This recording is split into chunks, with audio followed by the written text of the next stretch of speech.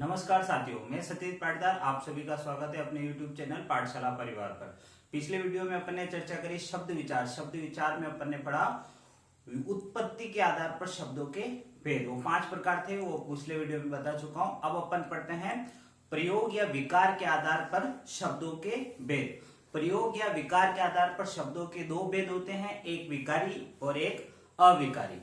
विकारी शब्द किसे कहते हैं? विकारी शब्द वे शब्द जो शब्द परिवर्तन की इकाइयों अर्थात लिंग, वचन, काल, कारक के अनुसार बदल जाते हो, विकारी शब्द कहलाते हैं। क्या? वे शब्द जो लिंग, वचन, काल और कारक के अनुसार बदल जाते हैं क्या कहलाते हैं? विकारी शब्द कहलाते हैं। और अविकारी क्या होते हैं? जो शब्द परिवर्तन की इकाइयों के साथ ना बदले, वो अविकारी शब्द कहलाते हैं। अविकारी शब्द कौन सा? अवयव। अवयव फिर 4 प्रकार के होते हैं। यह सब आपके रीड के सिलेबस में है। अपन विकारी शब्द का पहला टॉपिक पढ़ते हैं संज्ञा। क्या? 4 विकारी शब्द है, संज्ञा, सर्वनाम, क्रिया, विशेषण, ये 4। अपन पहला पढ़ते हैं संज्ञा। संज्ञा क्या होता है? संज्ञा, पहली बात तो संज्ञा क्या है? विकारी शब्द है जो लिंग, वचन, काल और कारक के अनुसार बदलता है। ठीक है। अब संज्ञा को लिखते क्या है? संज्ञा का संधि विच्छेद, ये ध्यान रखिएगा, सम प्लस ज्ञा, ये होता है। और संज्ञा में कौन सी संधि है? व्यंजन संधि। कौन सी संधि है? व्यंजन संधि। ऐसा क्यों है? देखो, व्यंजन संधि का एक नियम है, प्रथम शब्द खंड के अंतिम वर्ण के रूप में यदि स्वर रहित म हो। क्या? प्रथम शब्द खंड का अंतिम वर्ण स्वर रहित म हो और द्वितीय शब्द खंड के प्रथम वर्ण के रूप में स्पर्श व्यंजन हो। क्या? स्पर्श व्यंजन, क से ह के बीच में कुछ भी, तो क्या होता है? ये म बनता है अनुस्वार में। क्या? अनुस्वार में बदलता है। तो ये स ऐसा, ये अनुस्वार, और ज्ञा, ये संज्ञा, ऐसे लिखा जाता है। या फिर इसी का एक और, इसी में एक और है, अनुस्वार तो बनता ही बनता है, स्वर रहित म अपने आगे आने वाले वर्ण के पंचमाक्षर में बदलता है। अब घ का पंचमाक्षर क्या? घ एक संयुक्त व्यंजन। क्या? संयुक्त व्यंजन। तो इसको आप ऐसे तोड़ सकते हो, सम प्लस ज्ञा, ज आ। तो ये ज कौन सा है? च, छ, ज वाला। तो ये तो क्या है? तो आप समझ गए, अनुस्वार क्या बदल जाता है? अण्य में। पंचमाक्षर तो यही है च वर्ग का। तो संज्ञा को ऐसे भी लिखा जाता है। अभी अपन ने पढ़ा संज्ञा को 2 प्रकार से लिखा जाता है, ये मैंने बताया।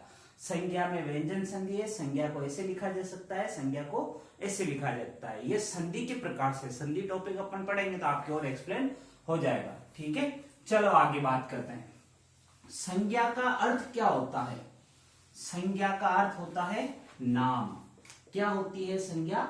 नाम। दुनिया में जितनी भी वस्तुएं हैं उनका कोई ना कोई नाम होता है, चाहे वो आप उनको जानो या ना जानो, बिना नाम का कोई नहीं है। दुनिया में जितने भी नाम है सब क्या है? संज्ञा। क्या होते हैं? संज्ञा। ये ध्यान रखिएगा। अब 2 प्रश्न मैं आपसे पूछूं कि संज्ञा के कितने मूल रूप होते हैं? मूल रूप कितने हैं? मूल रूप। संज्ञा के प्रकार की बात नहीं कर रहा हूं, मैं कह रहा हूं संज्ञा का मूल रूप कितने हैं? 2। कितने हैं? 2 प्रकार की बात बाद में करेंगे। कौन कौन से हैं? एक रूप है यथार्थवाचक। क्या? यथार्थवाचक। दूसरा है आदर्शवाचक।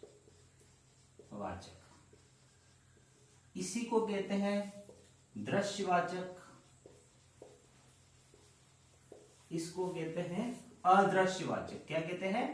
अदृश्यवाचक। इसी का एक नाम है वास्तविक। क्या है? वास्तविक। इसका एक नाम है अवास्तविक। इसी को कहते हैं मूर्त और इसी को कहते हैं अमूर्त। मतलब क्या? ये यथार्थवाचक, यथार्थ का विलोम होता है आदर्श, ये ध्यान रखिए। तो दुनिया में संज्ञा क्या है? किसी न किसी का नाम। वो नाम किस किस का हो सकता है? देखो, दृश्य जो आपको दिखते हैं, क्या दिखता है? वस्तु, स्थान, व्यक्ति, पदार्थ, ये सब चीजें आपको दिखती हैं। इन सब के नाम क्या कहलाते हैं? दृश्यवाचक में आते हैं सब। ठीक है, आपको क्या नहीं दिखता है? गुण, भाव, दशा, ये चीज आपको नजर नहीं आती। अब देखो यहां से आप क्या कह सकते हो, संज्ञा की क्या परिभाषा हुई, वस्तु, स्थान, व्यक्ति, पदार्थ, गुण, भाव, दशा आदि के नाम को संज्ञा कहते हैं। ये संज्ञा की बेसिक परिभाषा हुई। अब यहां से देखो वस्तु आपको दिखती है, स्थान दिखता है, व्यक्ति दिखता है, पदार्थ दिखता है, तो ये सब दृश्यवाचक है। यहां से मैं आपको बताता हूं कि संज्ञा के 3 प्रकार जो आप जानते हो, व्यक्तिवाचक, जातिवाचक, भाववाचक, आए कहां से। ये देखो व्यक्ति, स्थान, वस्तु, स्थान, व्यक्ति, पदार्थ। अगर ये किसी निश्चित का बोध करवाए, क्या निश्चित, निश्चित या एक वचन का, किसका, एक वचन, या विशेष के लिए, किसके लिए, विशेष के लिए, इन सब को कहते हैं व्यक्तिवाचक। क्या कहते हैं, व्यक्तिवाचक। और अगर व्यक्ति, वस्तु, स्थान, पदार्थ ये सब अगर किसी जाति का बोध करवाए, क्या, किसी जाति, समूह, ध्यान से समझिए इसको, वर्ग का बोध करवाए, तो ये सब क्या हो जाती है, जातिवाचक संज्ञा। क्या कहलाती है, जातिवाचक संज्ञा। और ये सब नहीं दिखती है तो ये सब कौन सी संज्ञा है, भाववाचक संज्ञा। अब आप यहां से 2 चीजें समझ सकते हो।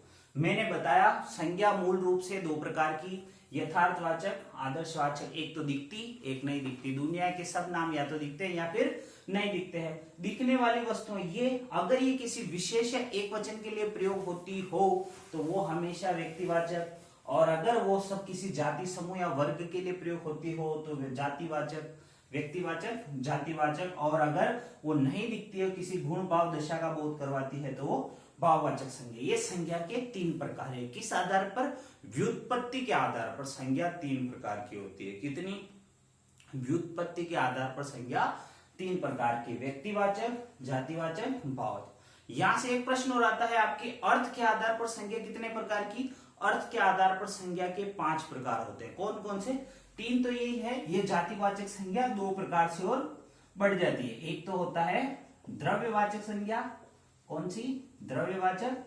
एक है समूहवाचक संज्ञा। ये हो गई। जातिवाचक संज्ञा के ही 2 प्रकार है, द्रव्यवाचक और समूहवाचक। ये ध्यान रखिएगा।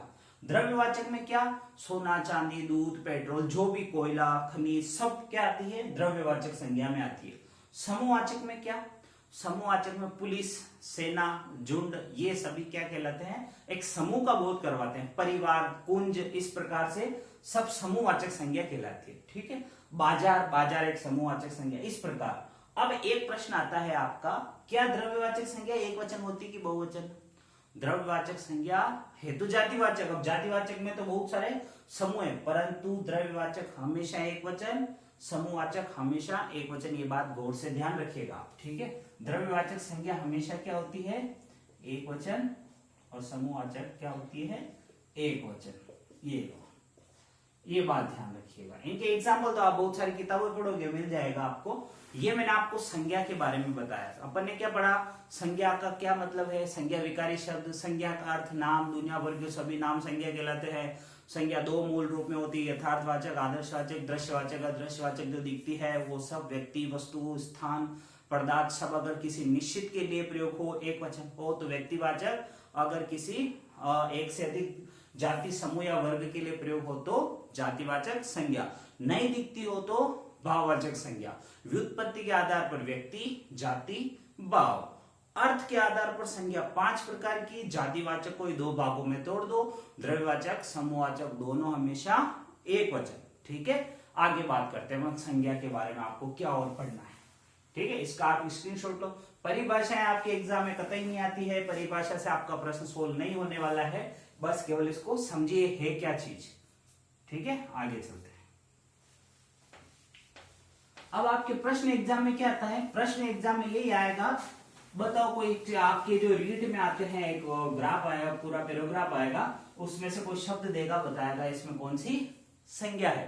तो मतलब आपको व्यक्तिवाचक, जातिवाचक और भाववाचक संज्ञा अलग करना आना चाहिए। या तो आप दुनिया भर के नाम याद रखो और उनको ऐसे छाटो, या फिर मैं एक तरीका बता रहा हूं उससे आप याद करें। ठीक है। मैं 3 कॉलम बनाता हूं, 3 कॉलम में आपकी पूरी संज्ञा को लिख देता हूं कि आपको क्या देखना है, क्वेश्चन कैसे सोल्व करना है।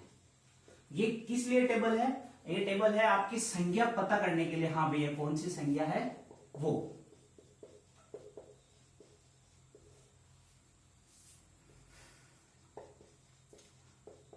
देखो पहली बात तो अगर आपका जो भी वर्ड दिखे आपको, आप उसके बारे में क्या करोगे, अगर वो दिखता है कि नहीं दिखता है। अगर दिखता है तो वो हो सकते या तो व्यक्तिवाचक या फिर जातिवाचक। अगर वो नहीं दिखता है तो वो हो गई जैसे भाववाचक। पहली लाइन क्लियर करने का तो ये व्यक्तिवाचक संज्ञा सदैव एक वचन में होती है। क्या? सदैव एक वचन में। दूसरी बात ये ध्यान रखने की, क्या व्यक्तिवाचक संज्ञा सदैव एक वचन में होती है। जातिवाचक संज्ञा क्या होती है?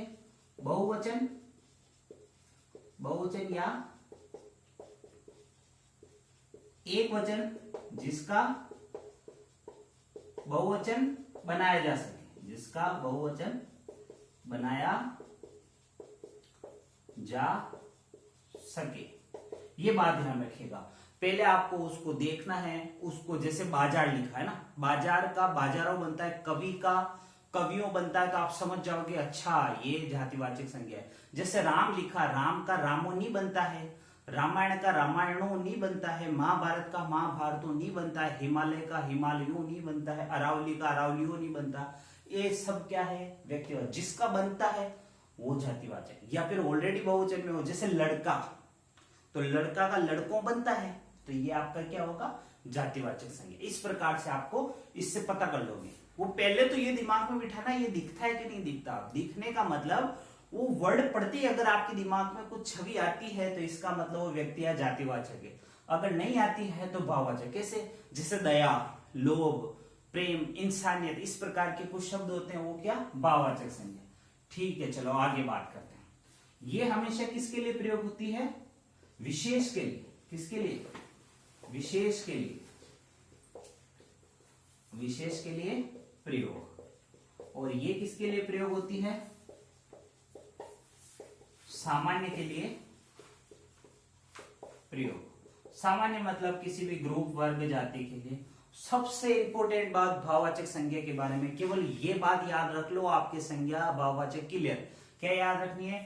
प्रत्यय के योग में हमेशा भाववाचक संज्ञा होती है। प्रत्यय के योग में, प्रत्यय के योग में हमेशा भाववाचक संज्ञा होती है। भाववाचक संज्ञा होती है। अब मैं तो कहता हूं इसका स्क्रीनशॉट लो और पूरी संज्ञा में बस ये टेबल याद है तो आपको और कोई याद करने की जरूरत नहीं, केवल बस प्रैक्टिस चाहिए। क्या? बस प्रैक्टिस। शब्दों को देखो किताब से और पता करो ये व्यक्तिवाचक है, जातिवाचक है, ये सब जगह लागू होंगे आपके। इनका स्क्रीनशॉट लो आराम से, फिर मैं आगे बात करते हैं। ठीक है, चलो मैं आपको बताता हूं कुछ शब्द जिन पे आप आजमाते हैं अपनी ये ट्रिक, क्या काम आती है।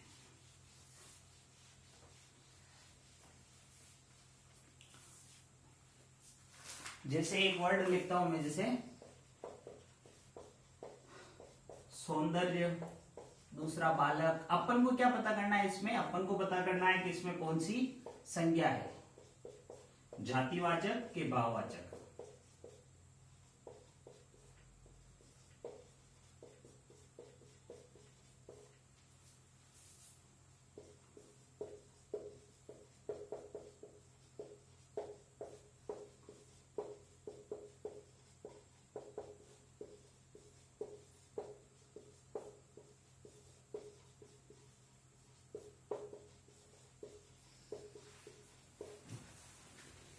ये देखो, ये मैंने आपके 10 एग्जाम्पल लिखे, इसमें पता करना है आपके कौन सी जातिवाचक है, कौन सी व्यक्तिवाचक है।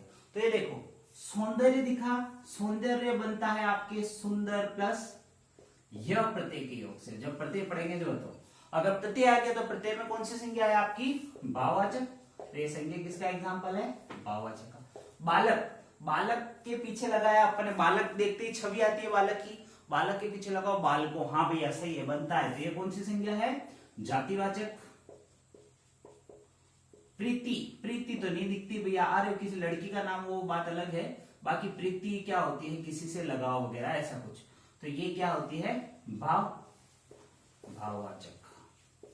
ब्राह्मण, ब्राह्मण से ब्राह्मणों बनता है, जातिवाचक। तब आ गया प्रत्यय, प्रत्यय के सेंस में भाववाचक। इस प्रकार आप जितने भी कवि से कवियों बनता है जातिवाचक, वृक्ष से वृक्षों बनता है जातिवाचक, शेर जातिवाचक, पशु पक्षियों पदों और संबंधों, शरीर के अंगों, इन सब में जातिवाचक संज्ञा होती है। क्या? शरीर के अंग, नाक, कान, सब में जातिवाचक संज्ञा। पद, मंत्री, चोर, ऐसा कुछ भी, अध्यापक, शिक्षक, इन सब में कौन सी संज्ञा? जातिवाचक। पशु पक्षियों के नाम, शरीर के अंगों के नाम, मंत्रियों के नाम, सगे संबंधियों के नाम जैसे भाई बहन, इन सब में कौन सा है? जातिवाचक संज्ञा। कोयला द्रव्यवाचक संज्ञा है, मतलब जातिवाचक संज्ञा है। इंसानियत दिखती नहीं है, भाववाचक संज्ञा है। चलो, आप समझ चुके होंगे कि ये क्या है, ठीक है। ये देखो, आप आगे चलते हैं, ठीक है। अपन पढ़ चुके हैं कि भैया आप व्यक्तिवाचक, जातिवाचक और भाववाचक संज्ञा को अलग करना तो पहचान गए। बस यही एक प्रश्न आता है संज्ञा में जिनको आप अलग से पहचान सकते हो। आगे आपको क्या पढ़ना है? भाववाचक संज्ञा। एक तो भाववाचक संज्ञा के बारे में और बता दूं, भाववाचक संज्ञा एक तो अपने आप में ही भाववाचक संज्ञा होती है। कैसे? प्रेम, मोह, लोभ, मोह, माया, दया, इंसानियत, इस प्रकार से कौन सी भाववाचक संज्ञा होती है। और भाववाचक संज्ञा 5 प्रकार से बनाई जाती है। कितने प्रकार से? 5 प्रकार से बनती है। कैसे कैसे? देखो, एक तो बनती है जातिवाचक संज्ञा से भाववाचक संज्ञा, दूसरी विशेषण से भाववाचक, विशेषण से, तीसरी क्रिया से, चौथी सर्वनाम से, पांचवी है अवयव से। अब ये कैसे क्या बनती है? देखो, ये जो 5 है इनसे भाववाचक संज्ञा बनाई जाती है। तो जैसे जैसे एक में बताता हूं, इन सब के एक एक एग्जांपल देता हूं मैं आपको। जैसे जातिवाचक संज्ञा होती है, जैसे शिशु, शिशु से शिशु बनता है जातिवाचक से। अब आपको भाववाचक बनानी है तो क्या बनता है? शेषव, मतलब शिशु में अप्रत्यय जोड़ा। क्या?